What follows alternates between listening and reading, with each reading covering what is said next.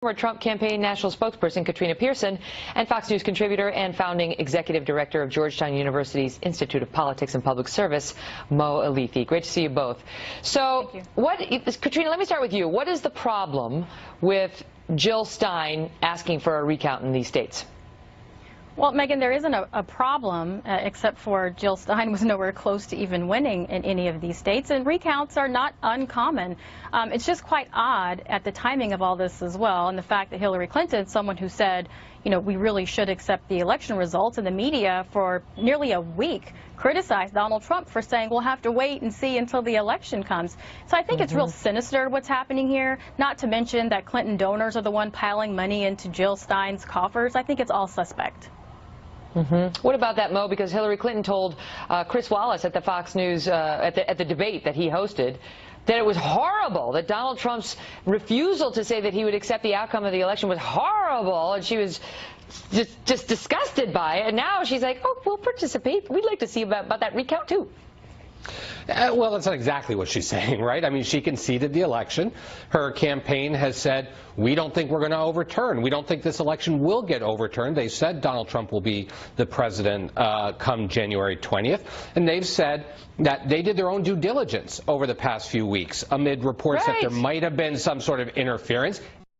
They did not find any actionable evidence of any sort of widespread voter fraud. But if someone else is going to put forward this recount, they're going to have lawyers in the room. They'd be stupid not to, frankly, right? They would be stupid not to have lawyers in the room just to monitor the process. But here's what I don't understand. Why even put a lawyer there? If they go through the process and something interesting happens, like somehow miraculously Jill Stein actually won Wisconsin, then she can go send her lawyers to look at it herself, can't she? That's not going to happen. They're not putting any money into this. They're just going to have a lawyer in the room, and I think that would be, I think that's prudent and it makes sense. What does not make sense? I don't know, Mo. You can see why Team Trump is a little suspicious of Hillary Clinton's hand in this. Yeah, of course they're going to be suspicious. But I personally just think there's nothing untoward about having an attorney in the room. What I think is odd is that the president-elect who won this election, Megan, you've heard me say this almost every time I've been on since the election day, he won it fair and square. He is the next president of the United States, and congratulations to the campaign for winning.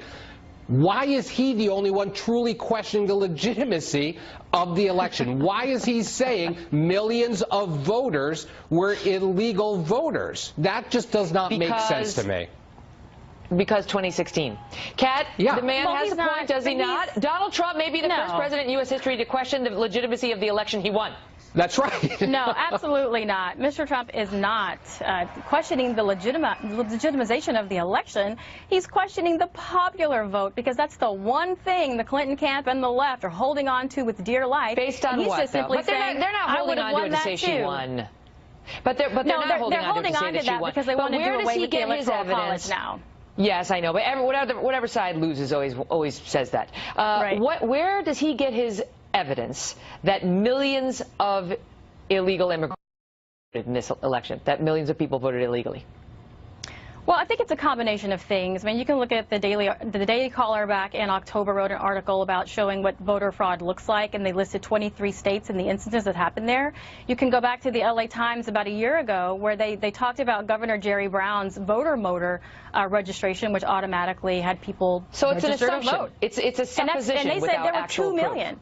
Well, but there have been instances, like in Iowa, there was a woman who was convicted and prosecuted for voting, and she was an illegal alien. These things do happen. A woman does not equal millions, and millions possible months or a year earlier does not make it actually happen on November 8th. Right.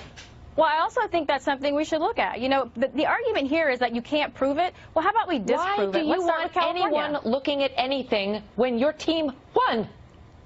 Well, we don't. It's just the point of, if you're going to say something like we won because of X, Mr. Trump is saying, no, you didn't. Look, Mr. Trump won this race. But he should stick to the facts in doing that. Why isn't it enough for him that he won the Electoral College? Why does he have to make up information that he also won the popular vote, which he lost? Because people know government is corrupt. That's quite obvious now. America has voted. No. They don't trust their politicians. They know the media is not on their side. But they trust the electoral college. They trust that, but they don't trust the voting machines that tallied the other votes. I'll give you the last vote, or the last word, Mo. But in these counties, it matters because of local Katrina, elections, too, and it should be validated. There were 3 people prosecuted who are Trump supporters for trying to vote more than once. We can sit here and cherry-pick isolated incidents, but they are just that. They are isolated incidents. By saying that there were millions of illegal votes, that questions the sanctity of our entire electoral process. That feeds additional, when that comes from the president-elect, not from a candidate, but from the elect of the United States. That gives our foreign adversaries. Who work in these counties that see it every election cycle.